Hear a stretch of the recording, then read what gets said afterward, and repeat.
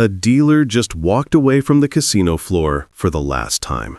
After 15 years behind the tables, she couldn't stomach it anymore. Not because of the long hours or difficult customers, but because she'd watched the same 7 mistakes destroy thousands of lives. And what she revealed to me could save you from financial ruin. By the end of this video, you'll know the exact habits that separate players who enjoy the casino from those who lose everything. These aren't obvious mistakes.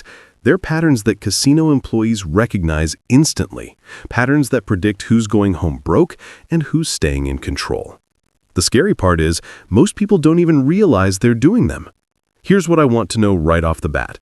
Have you ever walked into a casino planning to spend $100 and ended up losing way more than that? Drop a yes or no in the comments.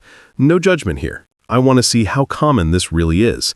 Now, let's expose the 7 habits casinos desperately hope you'll never stop doing. Habit number 1, you're chasing your losses. This is the #1 killer, the absolute worst habit that ruins more players than anything else. And here's the brutal truth from casino insiders. The moment you start chasing, you've already lost. Let me tell you about Marcus. Regular guy, mid-40s, came into the casino every Friday after work, had a system, or so he thought. He'd bring $200, play blackjack for a couple hours, usually went home down about $50 to $100. Not great, but he could afford it, right? One Friday night, things went south fast. Lost his $200 in 45 minutes. Now, Marcus had a rule, never bring more than $200 per session. But that night, something snapped. He hit the ATM, took out another $200, lost it in 30 minutes, hit the ATM again and again. By 2 a.m., Marcus had withdrawn $1,800 from 3 different ATMs because each one had a withdrawal limit. He'd blown through 9 times his normal budget trying to win back that first $200. When he finally stumbled out of the casino, he'd lost his entire paycheck, money that was supposed to cover his mortgage payment. Casino employees have a name for players like Marcus. They call them chasers. And here's what one pit boss revealed to me. The casino doesn't have to do anything special to beat chasers. They beat themselves. Here's why chasing is so dangerous. When you're losing, your brain goes into panic mode. You're not thinking clearly anymore. You're emotional, desperate, convinced that the next hand, the next spin, the next roll is going to be the one that turns it all around. But here's the reality. Every single bet you make has the same odds. The machine doesn't care that you just lost $500. The cards don't know you're down to your last $100. The dice aren't keeping score. Each outcome is independent and random. The casino's edge doesn't change just because you're desperate. Think about it this way. If you're playing a game with a 5% house edge, you're losing 5% every single time you bet, on average. So when you chase losses, you're just feeding more money into a system that's mathematically designed to take it from you. One surveillance operator shared something chilling. He said they can predict with scary accuracy who's going to chase and who's going to walk away. They watch body language, betting patterns, how fast people pull out their wallets after a loss, and once they spot a chaser, they know that person is going to give the casino way more money than they originally planned. But here's the fix, the break-even rule. Before you walk into the casino, decide on your loss limit.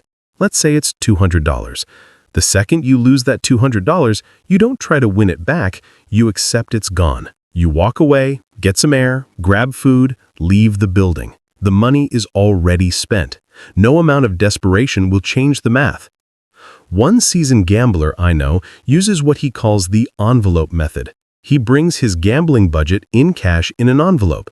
When the envelope is empty, he physically leaves the casino. No ATMs, no credit cards, no second chances. Game over. Question for you. Have you ever chased a loss and actually come out ahead? Be honest in the comments. I'm curious if anyone's ever beaten the math long-term by chasing. Habit number 2, you're gambling without a plan. Walk into any casino and watch for 10 minutes. You'll spot them instantly. The wanderers.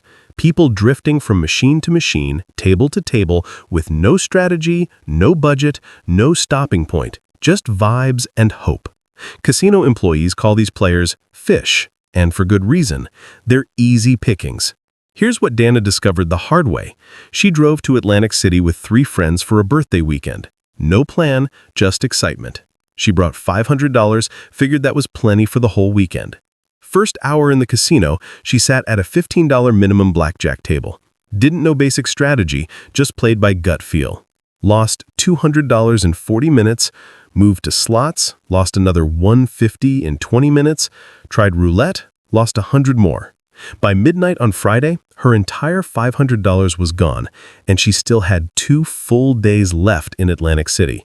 Her friends lent her money. By Sunday morning, Dana was down $1,400, embarrassed and swearing she'd never gamble again. What went wrong? She had no plan. Here's what casino veterans know that casual players ignore. Every successful session starts before you walk through the door. You need 3 things locked in: your total budget, your stop-loss limit, and your win goal. Let's break that down. Your total budget is money you can afford to lose. Not money you need for rent, not money from your savings account, not money you'll regret losing. Entertainment money, same as buying concert tickets or going to a theme park. Once it's spent, it's gone, and you're okay with that. Your stop-loss limit is usually 50 to 70% of your total budget. So if you bring $300, your stop-loss might be $200. Once you're down $200, you stop gambling. Period. No exceptions. Walk away, take a break, do something else. Your win goal is the profit point where you cash out and protect your winnings. If you bring $300 and hit $500, you've won $200. Lock it in. Pocket the $300 you walked in with and play with the $200 profit if you want to keep going. This way, you've guaranteed you won't leave a loser. One seasoned gambler I know uses what he calls the movie ticket rule. He brings his gambling budget in cash in an envelope. When the envelope is empty, he physically leaves the casino. No ATMs, no credit cards, no second chances. Game over. Question for you. Have you ever gone to a casino with a plan and went completely off the rails? Be honest in the comments. Habit number 3. You're playing while emotional. This one's subtle but deadly. Casino employees can spot an emotional player from across the floor, and they know that player is about to make terrible decisions. Let me tell you about Carl. Carl's wife had just asked for a divorce. Blindsided him. He was devastated, angry, confused. That night, instead of going home to an empty house, he drove to the casino. Figured he'd distract himself, maybe have a few drinks, clear his head. Carl sat down at a $25 blackjack table. Normally, he played $5 tables, but that night, nothing felt normal. He started with $500, lost it in an hour, withdrew another $500, lost it even faster. The cocktail waitress kept bringing him whiskey. He kept playing, barely paying attention to the cards. By 3 a.m., Carl had lost $3,200, money he desperately needed for his upcoming legal fees and new living situation. He walked out of that casino not only emotionally destroyed from his divorce, but now financially destroyed too. Casino workers see this constantly. Someone's upset, stressed, lonely, depressed, and they think gambling will help. It never does. It makes everything worse. Here's why emotional gambling is so dangerous.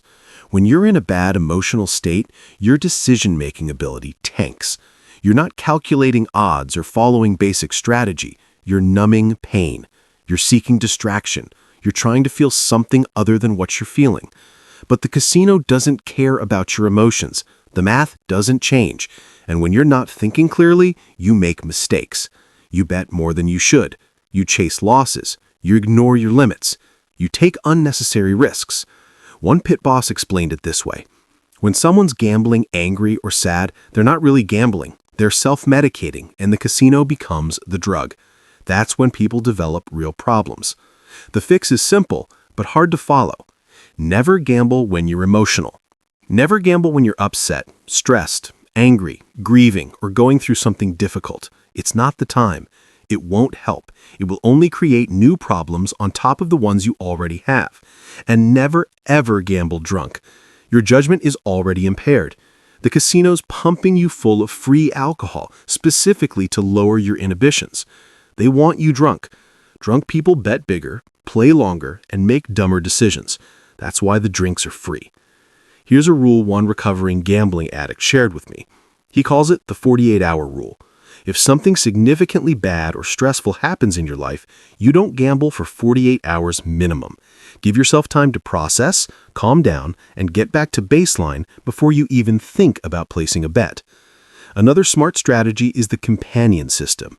Bring a friend who knows your limits and your situation. Give them permission to pull you away if you're making emotional decisions. Sometimes we need someone else to protect us from ourselves. Real talk for a second. If you find yourself gambling to escape emotions or cope with stress, that's a red flag. That's not entertainment anymore. That's something else, and it's worth talking to someone about it. When was the last time you gambled while upset or stressed? And did it actually make you feel better or worse? Let me know below. Habit number 4. You're ignoring bankroll management completely. Most casino players have no idea what bankroll management even means, and that ignorance cost them everything. Here's what happened to Jessica. She worked hard, saved up $5,000 for a vacation to Vegas. She was excited, first big trip in years. She budgeted $1,000 for gambling over the 5-day trip. That's $200 per day, totally reasonable for her income. Day 1, Jessica sits at a penny slot machine. Seems harmless, right? Just pennies. But she didn't understand denomination versus total bet. She was betting $2.50 per spin without realizing it. In 30 minutes, she'd burned through $200, her entire day 1 budget. Gone. She got flustered, didn't want to quit so early, so she dipped into day 2's budget, then day 3's. By the end of day 1, she'd blown through $800 of her $1,000 gambling budget because she had no idea how to manage her bets relative to her bankroll. The rest of her trip was miserable. She couldn't gamble, couldn't afford the shows or nice dinners she'd planned, spent most of her vacation in the hotel room, watching TV, stressed about the money she wasted. Casino insiders know that most players fail at bankroll management because they don't understand the basic math, and the casinos love it. Here's the core principle. Your bet size should never be more than 1 to 2% of your total gambling bankroll per hand or spin. That's it. Simple rule that most people ignore. Let's do the math. If you have a $500 bankroll, your maximum bet should be $5 to $10. Not 25, not 50, 5 to 10. That gives you enough cushion to survive natural variance and losing streaks without going broke immediately. But most players think bigger bets mean bigger wins. And technically that's true. But bigger bets also mean faster losses. And if your bankroll can't support those bets, you're setting yourself up for a quick exit. One professional gambler explained it this way. Your bankroll is your ammunition. If you fire off all your ammunition in the first 5 minutes, you're done. But if you make your ammunition last, you give yourself more chances to hit your target. Here's another critical mistake. Mixing your gambling bankroll with your real money. Never, ever gamble with money you can't afford to lose. That means no gambling with rent money, bill money, savings, emergency funds, or money you need for essentials. Create a separate gambling account. Put your entertainment budget in there. When that account hits 0, you're done gambling until you save up more. No dipping into other funds, no loans, no credit cards. One reformed gambler told me he literally opened a separate bank account just for gambling. He deposits a set amount each month, like $200. That's his fun money. When it's gone, it's gone. He doesn't feel guilty spending it because it's allocated specifically for entertainment. And when it runs out, there's no way to access more until next month. Smart system. Here's the trap many people fall into. They win a little, then they increase their bets dramatically, thinking they're on a hot streak. But streaks don't exist in random games. You just got lucky for a few rounds. The math hasn't changed. And when you increase your bets, you're just accelerating your trip to 0. Bankroll management isn't complicated. It's just discipline. Set your limits, stick to them, bet within your means, walk away when you're supposed to. That's it. So, Here's my question for you. Do you know what percentage of your bankroll you're betting each time, or are you just winging it based on the table minimum? Comment below. Habit number 5. You're ignoring games you don't understand. This might sound obvious, but you'd be shocked how many people sit down at games they have absolutely no clue how to play, and the casino loves every second of it. Meet Robert. Nice guy, early 50s, wanted to impress his buddies during a guys' weekend in Vegas. They all sat down at a craps table because it looked exciting. Lots of cheering, lots of action. Robert had never played craps in his life. He watched for maybe 2 minutes, then threw. Down $100 on the table, the dealer gave him chips. Robert started placing bets randomly, copying what other people were doing, not understanding any of the rules, the odds, or what he was actually betting on. In 15 minutes, his $100 was gone. He had no idea what happened, couldn't even explain which bets he'd made or why he lost, just knew his money had vanished. His friends thought it was funny. Robert felt like an idiot. And that feeling of losing without even understanding why led him to chase those losses at a blackjack table where he also didn't know proper strategy. By the end of the night, Robert was down $800 and had learned exactly nothing, except that casinos are really good at taking money from people who don't know what they're doing. Casino employees have zero sympathy for this habit. One dealer told me, if you're gonna gamble, at least learn the game first. I watch people lose thousands on games they don't understand, and I just shake my head.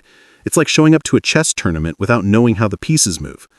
The reality is that every casino game has rules, odds, and optimal strategies. Some games are purely luck, like slots and roulette. Others involve skill and decision-making, like blackjack, poker, and video poker. If you don't know which is which, you're just throwing money away. Let's talk blackjack since it's one of the most popular games. Basic strategy exists. It's a mathematically proven chart that tells you exactly what to do in every situation based on your cards and the dealer's up card. If you follow basic strategy perfectly, you can get the house edge down to around 0.5%. But most players don't use basic strategy. They play by gut feeling, hunches, superstitions. I feel like the dealer's going to bust, so I'll stand on my 12. Wrong.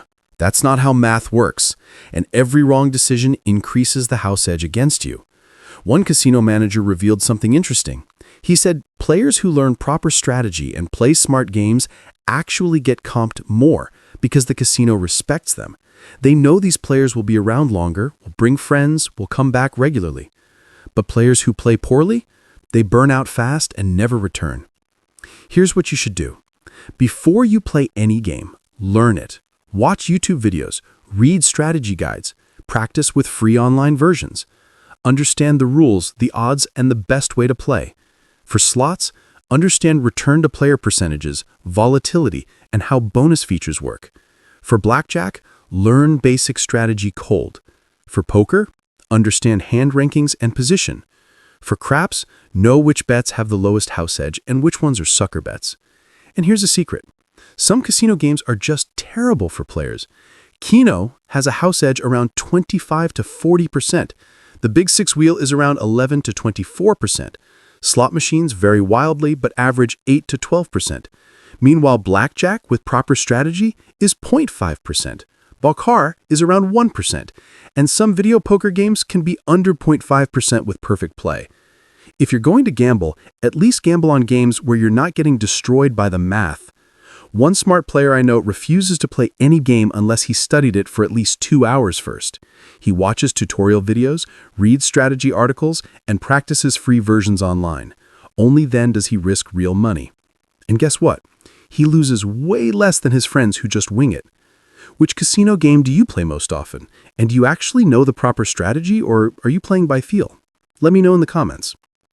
Habit number 6, you're not using your player's club card. This one seems minor, but it's actually costing you real money. And casino employees are baffled that so many people ignore it. Every single casino has a players club or rewards program. It's free to join, takes 2 minutes, and yet countless players gamble without one, throwing away free money, free meals, free hotel rooms, and free play. Here's the thing. The casino tracks every dollar you gamble, whether you use a card or not. They're collecting data either way. But without your card in the machine or on the table, you get zero benefits. You're giving the casino free data while getting nothing in return. One slot attendant explained it perfectly. I see people lose $500 on a slot machine without a card, and I just want to shake them. If they'd been using their card, they would have earned enough points for a free buffet, maybe a hotel discount, possibly some free play. Instead, they got nothing, just the losses. Players Club programs work on a simple principle. The more you gamble, the more points you earn. Those points can be redeemed for food, drinks, hotel stays, show tickets, merchandise, and most importantly, free play. It's money back in your pocket. But it gets better. Most casinos offer promotions exclusively for Players Club members. Double points days, birthday bonuses, slot tournaments, drawings, giveaways. If you're not a member, you're not eligible. You're leaving free money on the table. One regular player shared his strategy with me. He joined Players Clubs at 6 different casinos. He rotates between them based on which one is running the best promotions that week. Last year, he estimated he received over $2,000 in free play, free meals, and hotel comps. That's $2,000 he didn't have to spend out of pocket because he was smart about using his cards. Now, here's the concern some people have. They worry that using a Players Club card means the casino is tracking them and that somehow makes them lose more. This is absolutely false. The casino already tracks every machine, every bet, every outcome. Your card doesn't change the odds. It doesn't make you lose. It just identifies you so they can give you rewards. In fact, the opposite is true.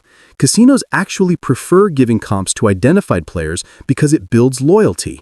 They want you to come back, so they'll often give you better rewards than you'd think you've earned just to keep you happy and returning.